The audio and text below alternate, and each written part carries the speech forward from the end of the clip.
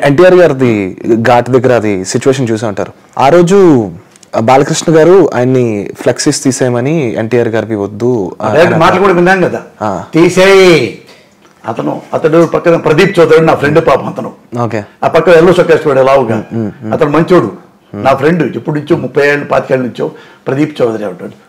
తీసేయి, తొలగించో. జమీందారులానా రాజపరంపర బాలకృష్ణ వాళ్ళది. అంటే ఇప్పుడు బాలకృష్ణ గారికి ఎప్పుడు సీఎం అవ్వాలనే ఇది ఉద్దేశం ఏం లేదు కదా, మరి అలాంటప్పుడు జూనియర్ ఎన్టీఆర్ గారు ఫేస్ ఆఫ్ అవుతే ఏంటి ప్రాబ్లం ఏంటంటారు? అది మీకే తెలియాలి. నేను మిమ్మల్ని అడుగుతున్నాను, ఎందుకంటే మీరు ఎంత ఫ్యామిలీస్ ని ఎంత రాజకీయాల దగ్గర నుంచి చూశారు కాబట్టి అడుగుతున్నాను నేను.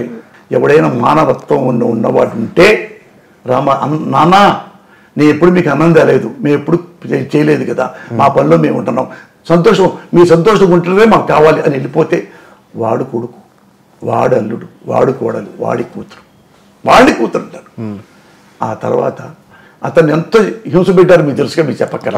ఆ చచ్చిపోయాడు because of family, because of Chandrababu Naidu. కేవలం ఇగోతో ఎన్టీ రామారావు తొందరగా చంపేశారు. ఎలాంటి చెప్తున్నా మీకు, ఎందుకు ఈ మాట నేను ఎందుకు చెప్పాలి, నాకు అలర్జీ ఉంది చెప్పడానికి, అయినా చెప్పాలి కొన్ని. హరికృష్ణ ఉన్నాడు, హరికృష్ణకు భార్య ఉంది లక్ష్మి గారిని, దేవత, చాలా మహోన్నతమైన ఉత్తమురాలు. ఎవరు? కళ్యాణ్ రామ్ అమ్మగారు, జానకిరామ్ చనిపోయాడు. వాళ్ళు కూడా మంచోడు. హరికృష్ణ గారు ఎంత మంచోడు, కళ్యాణ్ రామ్ మంచోడు, జానకిరామ్ మంచోడు, సుహాసిని అమ్మ కూతురు మంచిది, లక్ష్మి గారు అయితే చెప్పలేం. ఇక అమ్మ దేవత అంత. అలాంటి కుటుంబంలో హరికృష్ణ గారు వాళ్ళందరినీ బాగా ప్రేమిస్తాడు. అలాంటి వాడు ఆహ్వానం హోటల్లో, ఆయనకు వచ్చింది ఆహ్వానం హోటల్ ఆస్తుల్లో లెక్కలో వస్తే, అక్కడ అందులో ఒక ఆపరేటర్ ఉన్నారు.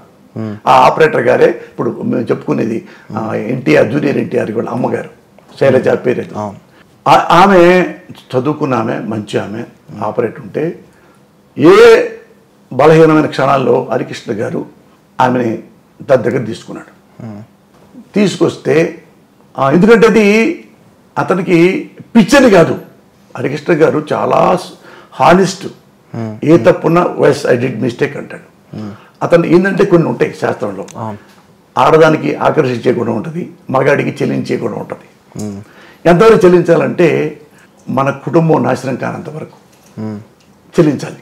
అతనికి చదువు తక్కువ, హరికృష్ణ గారికి పల్లెటూరు మనిషి, పల్లెటూరు మాటలే ఉంటాయి.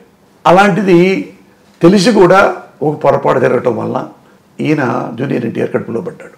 పడిన తర్వాత నేనేంటి అని ఆమెంటే, ఎన్టీఆర్ గారు హరికృష్ణ గారికి, నాన్న నా వల్లే ఆమె గర్భవతి అయింది, నన్ను ఏం చేయమంటావు, పెళ్లి చేసుకో, ఒక ఆడపిల్లని జీవితాన్ని నాశనం చేయకూడదు, ఆమె కూడా పెళ్లి చేసుకో, ఆమె కూడా ఇల్లు చూడు, ఆమె కూడా సంతోషంగా ఒక మంచి భర్తలాగా జీవించు. అలాగా జూనియర్ ఎన్టీఆర్ వచ్చాడు. అది కూడా వాళ్ళకి ఇష్టం లేదు, ఎవరికి ఇష్టం లేదు. ఏంటంటే జూనియర్ ఎన్టీఆర్ పుట్టి, junior NTR one of the tallest hero అవబట్టి, అది ఎప్పుడన్నా ఏమన్నా మన పనికొస్తాడేమోనని క్షమించారు తప్ప, ఎందుకు లక్ష్మీపార్వతిని క్షమించలేదు, ఎందుకు శైలజమ్మను క్షమించారు, ఎందుకు జూనియర్ ఎన్టీఆర్ అమ్మను క్షమించారు? చెప్పనండి తేడా, చెప్పనండి. పైగా అప్పటికి హరికృష్ణ గారికి ఆస్తులు ఉన్నాయి, అప్పుడు రామారావు గారికి రూపాయి ఆస్తి లేదు. ఏం ఆశించి లక్ష్మీపార్వతి ఆయన దగ్గర ఉంటుంది? నడవలేనోడు, అన్నం తినలేనోడు, పొళ్ళు లేనివాడు, చేతులు సరిగా లేనివాడు, కాడు సరిగా లేనివాడు, మంచం మీద పడుకోలేనివాడు, మంచం మీద లేచి నుంచొని నడవలేని వాడు ఎన్టీ రామారావు. ఆ ఎన్టీ రామారావు ఏం చేసుకుంటుంది? ఆమె డైలీ స్నానం చేపిస్తుంది. ఇవే ఎన్టీ రామారావు టాయిలెట్కి వెళ్తే ఆమె ముడ్డి కడుగుద్ది, ఆమె పాసు పంపిస్తుంది. ఇది వాస్తవం మహేంద్ర. ఈయన పాసు పోయాలంటే లక్ష్మీపార్వతి సాయం కావాలి, దొడ్డి కూర్చోవాలంటే లక్ష్మీపార్వతి సాయం కావాలి, స్నానం చేయాలంటే లక్ష్మీపార్వతి సాయం చేయాలి. ఎంత దుర్మార్గం! దాన్ని చాలా హానెస్ట్గా లక్ష్మీపార్వతి గారు అంత సేవ చేశారు. చనిపోయే వరకు ఆయన దగ్గరే ఉన్నారు. ఇతనికి ముసలాడికి నేను సేవ చేయాలని చెప్పి వెళ్ళిపోలా, చచ్చిపోయే వరకు నాకు తాళి కట్టాడు కాబట్టి తాళిబొట్టు ఒక్కడు చాలు. ఒక ఎన్టీ రామారావు నాకు తాళిబొట్టు కట్టాడు అన్న కృతజ్ఞత, అది ప్రేమ, దైవత్వంగా మౌన్ చేస్తే ఆమెని వ్యవయాలు కింద చేశారు వీళ్ళు. Because of Ramoji Rao, because of Chandrababu Naidu. జనం మొత్తం ఇప్పటికీ ఆ ఫ్యామిలీ వీళ్ళందరితో పోలిస్తే రామారావు గారి జీవితంలో రామారావు గారికి సేవ చేసింది ఇద్దరు, బసవతారకమ్మ, లక్ష్మీ పార్వతి. ఆయనకి అంత ప్రేమగా సేవ చేసిన వాళ్ళు వీళ్ళిద్దరే ఆడవాళ్ళు. ఆ కుటుంబాలు ఎవ్వరూ లేరు. ఓకే, మరి ఇంకేం చెప్పాలి వాళ్ళ గురించి?